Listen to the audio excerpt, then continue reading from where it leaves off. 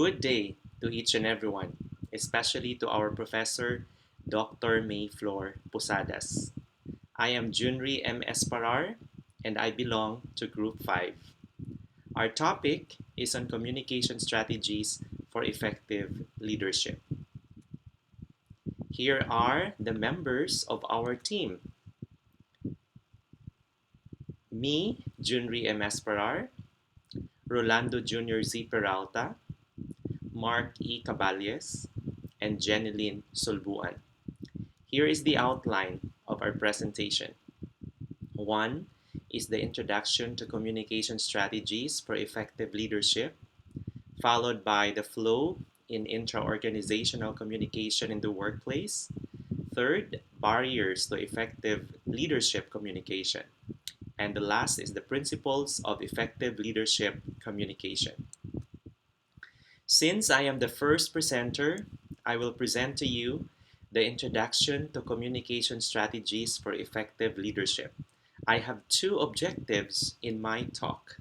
One is to discuss the principles and major aspects of leadership communication and identify strategies to address conflict in the work environment. We all know how important communication is in our lives, right? There are different types of communication, and also there are various types of instances or situations where and when we use communication. But communication for leaders is just as important as leadership skills, because this is one of the leadership skills that administrators like us must possess. So it says here that effective and accurate communication is an important factor to grow as an efficient and successful leader or manager. I'd like to pick out some of the key words here. Effective and accurate communication. Factor to grow. Efficient and successful leader or manager. Which means that a successful leader should know how to effectively and accurately communicate his ideas. Second, according to many researchers, leader is the one who has an ability to take charge or direct, encourage, or stimulate others. So again, I'd like to pick out the keywords here. Leader, ability to take charge, direct, encourage, or stimulate others. Only communication can make others move or can make others be influenced. Okay, so for a leader to be able to effectively translate his vision into action, he needs to communicate his ideas. He needs to translate his vision into a workable and doable activities, programs, or initiatives. Next, communication enables them to share what they have and what they expect from others. So it is effective communication which makes leaders to lead successfully. Again, it's been repeated that, I'd like to reiterate also that effective communication is vital for us to be able to lead successfully. Of course, as school leaders, we have a lot of visions, but these visions would not be put into action unless we communicate them to our teachers, to our stakeholders, right? So, since um, everything that we do in school requires collaboration, requires teamwork, if we are able to communicate it effectively, whatever vision we have, whatever plans we have, we can make others support us. We can get others to work for us. And by that, we will be able to achieve our goals. Now, communication, a vital aspect to a leader's faith. Why is it so? We have here one principle. The utmost essential key to great leadership is communication. We know for a fact that many leaders who became very successful happened not just by luck. It happened because they have certain skills. Say, for example, Alexander the Great. Alexander the Great has compelling vision. That's an essential key to great leadership. And how was he able to communicate that? Because he walked his talk, which means that you need to model it. And that is one way of communicating to your stakeholders. If you want punctuality in school to happen, you cannot just tell teachers, come to school on time, but you do not come to school on time as a leader. So if you want them to follow you, if you want them to realize the importance of punctuality, you have to model it yourself. You have to do it yourself. You have to walk your talk. Only then you would be able to make them realize how important that is for you. Because as a leader, you have to communicate your vision, your plan, and your idea as clearly as possible in a transparent way. Now, great leaders are always considered as first class communicators. They have a clear set of values and they always believe in promoting and inculcating those values in others. So it is very interesting that in a diverse in a diverse community such as school, teachers come from different backgrounds. Each teacher has also his own beliefs, his own values, his own principles. However, for them to be able to work together as a team, you need or they need also to adapt the values and the culture of that school.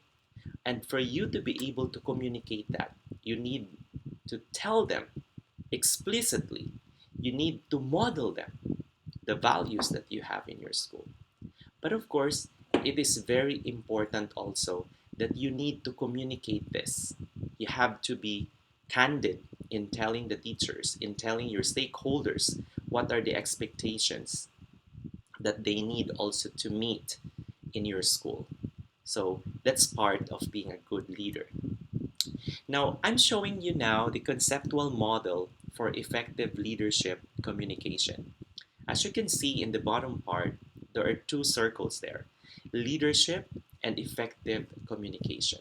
They are equal, which means that a good leader have or a good leader has effective communication skills. You can never be a good leader unless you have effective communication skills because you will not be able to translate and to effectively deliver or communicate your vision to your coworkers. So if you have leadership and you have effective communication, that two concepts combined can create effective leadership communication. And if you have this, you can clearly explain and communicate the vision of the school. And that's better understanding is very important because if you are going to work on for the common good on certain things, the people around you must understand what you are working for. That is the direction that they need to take. And for them to have this better understanding, they will be able to develop trust in you because um, you are one. I mean, you are working for the common good. That your vision is not only for yourself but also for the stakeholders, especially for the learners whom we serve in school. And with that development of trust, you will be able to develop congenial relationship. I cannot imagine if a principal is not, or if a school administrator is not working harmoniously with the teachers. If you are not there in the school, definitely the teachers would just do their usual ways, right? But if you have that congenial relationship, even in the times of crisis, teachers would be willing to help you. And I tell you that in this kind of job that we have, we need to establish good relationship with our teachers because our teachers are our strengths. In one of the articles I have read recently, it says there that we need to provide, we need to also provide power to our teachers, and also one way of empowering them, which means that in the decision making, we need to involve our teachers. We cannot decide on the well-being of the school without the teachers sharing of their ideas, because a school is a community, and it does not exist only because of one person. It exists because of the people around it, of the people working for it, and we are calling them stakeholders, right? And if we have that kind of relationship, we can establish good work environment for our employees. And a good work environment can motivate employees. Why are they motivated? Why are the teachers so enthusiastic about going to school? Why are the teachers so happy going to school?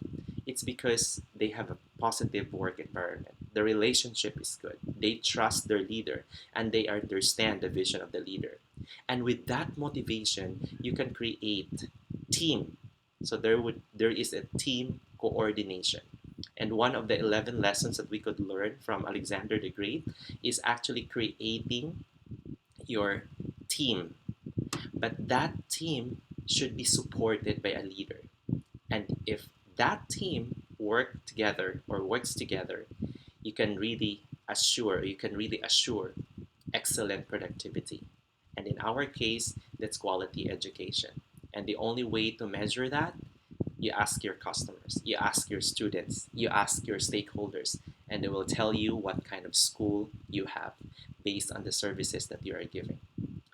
Now, leadership communication in the context of our job as school administrators, it can be defined as aspiring and encouraging an individual or a group by systematic and meaningful sharing of information by using excellent communication skills. Again, I would like to highlight the keywords aspiring and encouraging an individual or a group, which means that the focus here is not on the negative things, is not on what they can't do, but rather the focus is on what they can do.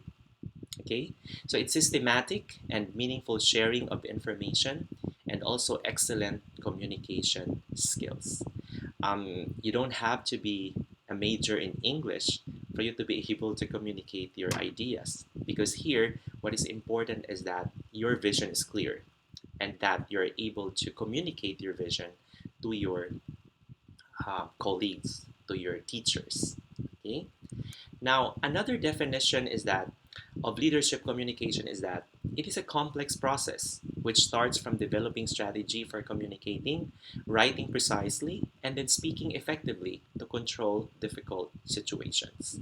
So, it is a skill that cannot be learned overnight. It is the skill that can be acquired through practice, through experience, and through dealing with people. And again, you will never be successful unless you experience failure. So it's just okay to fail, because through failures, you will be able to learn how to be a better leader. That is why in communicating, we need to see to it that we are delivering the right things to the right people in the right time. Now, another definition of leadership communication is that it is an effective transfer of knowledge that a leader influences a person, group, organization, or community. Again, we are not leading alone, okay? We are leading as a team, because as you lead your coworkers, they too will become empowered, and they become empowered, they too can lead on their own. So even if the leader, for example, if the administrator is absent from work, the teachers can do on their own. Why? Because power is shared and they are empowered. That's the beauty of leadership communication. Now, there are three major aspects of leadership communication. We have the core, managerial, and corporate. Let's discuss first the core. The core aspects approach, it includes writing and speaking. individualized skills that are required to be expanded to lead and manage bigger groups or teams. So, more or less, we need to practice writing and also speaking. There are a lot of communication styles in writing, right? Now we can use emails extensively and also Messenger, Facebook, and other social media platforms. And we also speak face to face through synchronous communication. So there are certain etiquettes that we need to follow in different platforms of communication. And as a leader, we need to understand that sometimes our intention is good, but we are misinterpreted. And that because we are not so familiar with the internet lingo, for example. So that is why it's very important that even if you're not millennial, you're not a millennial, it's still important to keep on updating ourselves, upgrading ourselves, so that we still become relevant in the current community or in the current times. Another approach is managerial, expressive cultural understanding, listening patiently, team management, team meetings, providing training facilities, and mentoring, which aid to manage huge groups. So this is very important because it is the process by which a manager in an organization shares his or her ideas of information with other managers or members of their team.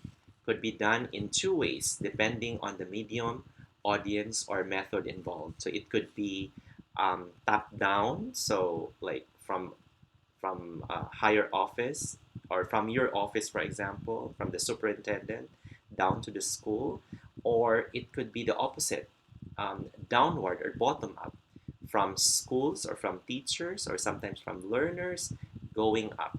Okay, and the third is the corporate aspect approach. So, our skills required at much higher levels of leadership, and there is a need to interact with an external sphere skills, which are most needed for maintaining employee relations, communicating during change and crisis, and media associations and image building. Okay, so when you talk about corporate aspect approach, it refers to the way businesses and organizations communicate with internal and external stakeholders. These audiences commonly are your customers, in our case, our students, um, employees, or our colleagues, our key stakeholders, um, the LGU, for example, part of it, and other non government organizations, the media and the general public, the government agencies, and other third party regulators. So, our corporate aspect approach can be written and word internal, so such as reports, advertisements, website, for example, promotional materials, emails, memos, press releases. For spoken word, it can be meetings, press conferences, interviews, like this one. It's a corporate aspect approach. And non spoken, for example, photographs, illustrations, infographics, general, and branding. So these are the different types of activities where the corporate aspect approach can be applied or employed. Now, what are the different purposes of communication in an organization? Why do we communicate? One is to control. Okay, so for example, in hiring the new teachers, right? So we have certain guidelines to follow. So and we communicate the guidelines. That way, we can control the results. It would be more organized. Okay. Another one is motivation. And also we have information and we have emotional expression. Let us first discuss control. So organizations have rules and processes that employees must follow, communicated to workers to keep order and equity operating within the system. So as I mentioned earlier, for example, in the hiring process, we use that memo on the hiring guidelines. Same with the interim guidelines on assessment, right?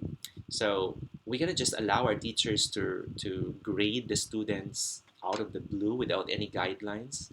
So that is why we have Dep Ed Order number 31 series of 2020 to guide our teachers on the assessment during pandemic. So that's part of control, okay? To provide a system, set of rules and processes for a systematic outcome. Another one is to motivate, like giving of, like setting of goals, giving of feedback and reinforcement are among those items communicated to employees to improve performance and stimulate motivation. um, I am into giving positive feedback, for example. So again, I subscribe to the principle of positivity always, highlighting what the employee can do instead of what the employee can do. So because sometimes our mind needs conditioning for us to be able to get motivated, to get encouraged to do something. So but of course, we have different ways on how to encourage people, and reinforcement is one of them, like giving of awards and incentives, for example. So our way of showing our appreciation to our colleagues, right, who are doing well. Another is information. Organizations need to keep their employees informed of their goals, industry information, preferred processes, new developments, and technology in order that they can do their jobs correctly and efficiently. So that's why we provide information. So now we are using a lot of platforms already to disseminate information. We use Messenger, but sometimes there are also certain etiquette, as I mentioned earlier, how to use the messenger in order for us to be able to extensively, efficiently use it. Okay. Same with Facebook. We have now created a closed group on Facebook. That is also another way of sharing information. Emails, for example, phone calls, SMS, and a lot more. But of course, meetings like face-to-face meetings. But now we are not allowed for a face-to-face meeting, so we are conducting like virtual meetings. So that is also one way of sharing information. And the last is emotional expression.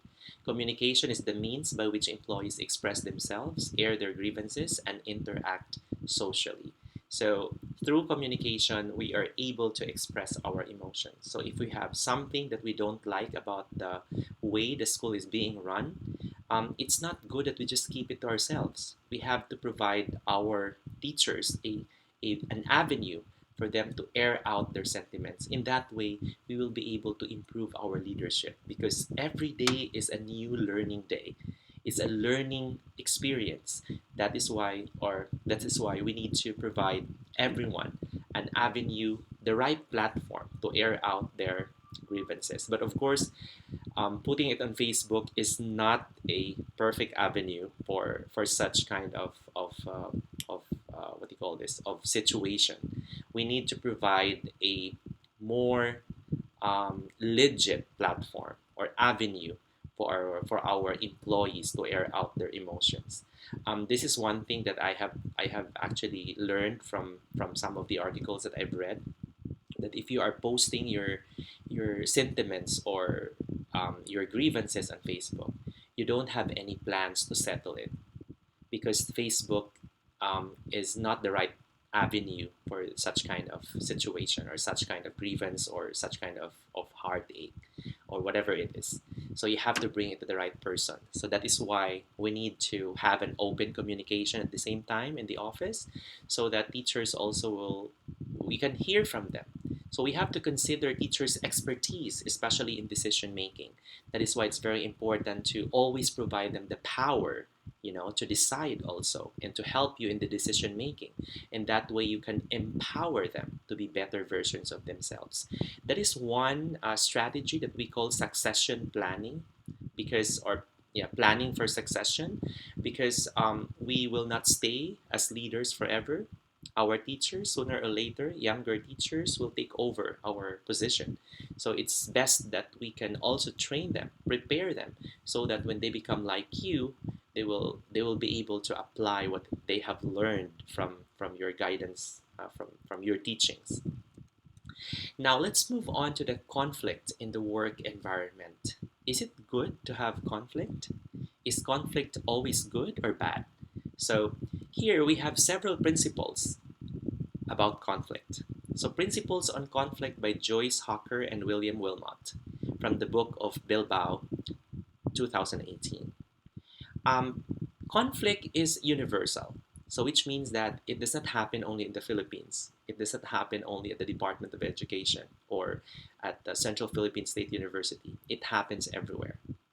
It is associated with incompatible goals. So definitely, if your mind doesn't match mine or your idea doesn't match mine, it can create conflict. It is associated with scarce resources. Now, we're running out of supplies, bond paper, ink, say it, and we're running out of it. So, and because of scarcity of supplies, we are actually having conflict, right? Misunderstanding sometimes. It is associated with interference. So, if the signal is bad, sometimes even if the person is saying something good, but because you did not hear it well, sometimes it can cause misunderstanding, conflict. It is not a sign of poor relationship. So, which means that if you are having conflicts with your husband, for example, with your wives, for example, with your colleagues at the office, it doesn't mean that you don't have a good relationship. It cannot be avoided, it is inevitable. It cannot always be resolved. So there are conflicts that would just remain as conflict, it would never be resolved. And it is not always bad. Okay? So, which means that conflict, if handled properly, will always end up well, not really a bad thing that can happen in the office. Now, how do we manage conflict? So, we have here some conflict management strategies. One is avoidance. I think this is something that we always do, especially if we want to escape from having conflict, right? So we try to avoid, not talk about it. So you may choose to change the subject, leave the room, or not even enter the room in the first place. So it can be a strategy for conflict, but this is just a patch strategy, not a fixed one. Okay, so or it can be a band-aid solution, so to speak. So in this case, conflict will remain and resurface when you least expect it. So, which means that if you avoid, it doesn't mean that you have solved the conflict. You are just avoiding it, but not solving it, not fixing it. So, it is just a patch, not a fix. Defensiveness versus supportiveness. So, defensiveness communication is characterized by control, evaluation, and judgments. Okay, so you try to be defensive, you try to explain yourself, you try to try to convince others that what you are saying is true. On the other hand, when you're supportive, focuses on the points and not personalities. So even if you are not in good terms with this type of person, but the idea that he has is so good, you could support that idea, right? Instead of you know of trying to attack the person, not the idea anymore. So it's very important that um, we need to support each other. um, like we do not look into the person, your relationship with that person, but on the idea that that person is sharing. So it's more of the idea now when you support each other. Third is the empathy. So there is this so-called empathetic listening. It involves listening to both the literal and implied meanings within a message. It's very interesting that to show empathy, you need to put yourself in the shoes of others. What makes really Bill Clinton a really famous and effective communicator, according to Nick Morgan, is that when he speaks, the room becomes lively. Why? Because he speaks with emotions. He has this emotional attachment to people. So, like Oprah Winfrey, a famous TV host in the United States, when he talks to people, when he interviews people, she pays attention to what that person is saying, and that she's always employing empathetic listening. So when you listen, there are times that listening is far better way to show moral support to someone than speaking, right? So sometimes when you speak, the words that come out of your mouth may contradict the views of that person, and that person might feel hurt. But if you just listen, a simple tap on the shoulder will already give the person the boost, okay, the moral support. So that's why empathy is very important. Okay. Gani sacking. When you talk about gani sacking, it's an imaginary bag we all carry in which we place unresolved grievances or conflicts or grievances over time. Just put it in your gani sack. Okay. But the problem of this is that holding on to the way things used to be like a stone in your gani sack and influence how you interpret your current context. Sometimes if you are burdened already and you don't release your burden, for example, you just carry it in your back, chances are, even if the intention is good, you will misinterpret. That is why we have to release all those stress if we want to look at things. Um, I'll look at something. Look at the glass, for example, half full, half empty. If you want to have that kind of mindset, you need to free yourself from any interference, from any thoughts, so that your decision will not be shrouded by bias and prejudice. And we have managing your emotion. So, your awareness of your emotion can help you clear your mind and choose to wait until the moment has passed to tackle the challenge. I think this is very important for all of us right now.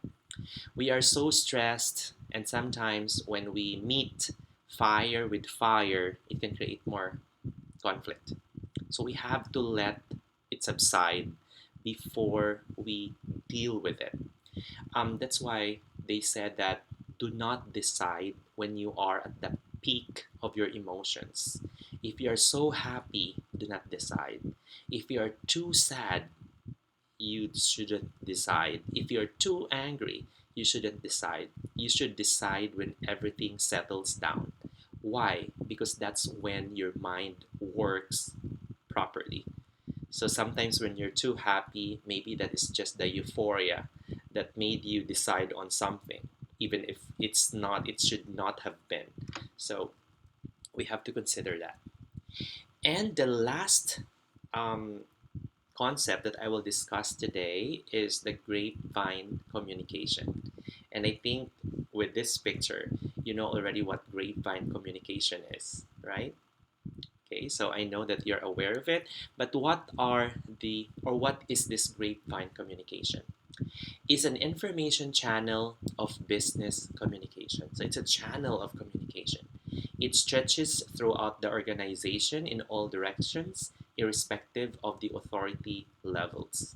Okay, so sometimes before the information is reaching the the expected audience, sometimes information can leak, right? And the information is heard as a rumor sometimes from one person, and then that communication spreads, you know, until it circulates in the whole organization. So it exists more at the lower level of communication. Okay. For example, you would say, "Oh, Mr. President signed already the executive order or the letter allowing us to receive 10,000 SRI, no, for example." So that's it. Um, However, it may be healthy. Why? Because we can, as a leader, for example, we can get immediate feedback from our teachers, from our stakeholders, without waiting for the formal communication to reach them. But sometimes it can be a source of rumors, especially if the person who receives it or who hears it first or who heard it first would, like, you know tweak the statement a little bit, so it might create conflict at the same time. So it may be good, but it has also certain loopholes. In closing, I would like to end my talk or my presentation with this statement that your leadership will rise or fall based on your ability to communicate, which means communication is the key towards a healthy, effective, and good leadership. And as a leader, we need to possess it. So we may still lack some of the skills of effective leadership, but we can learn it through practice, through experience, and through interaction with others. And this is a really great platform for us to share our experiences and to share our learnings with the rest of the class. So with that, thank you so much for your listening, and I hope you learned something from this talk. This is again Mr. Junry M. Esparar saying thank you and good day, everyone.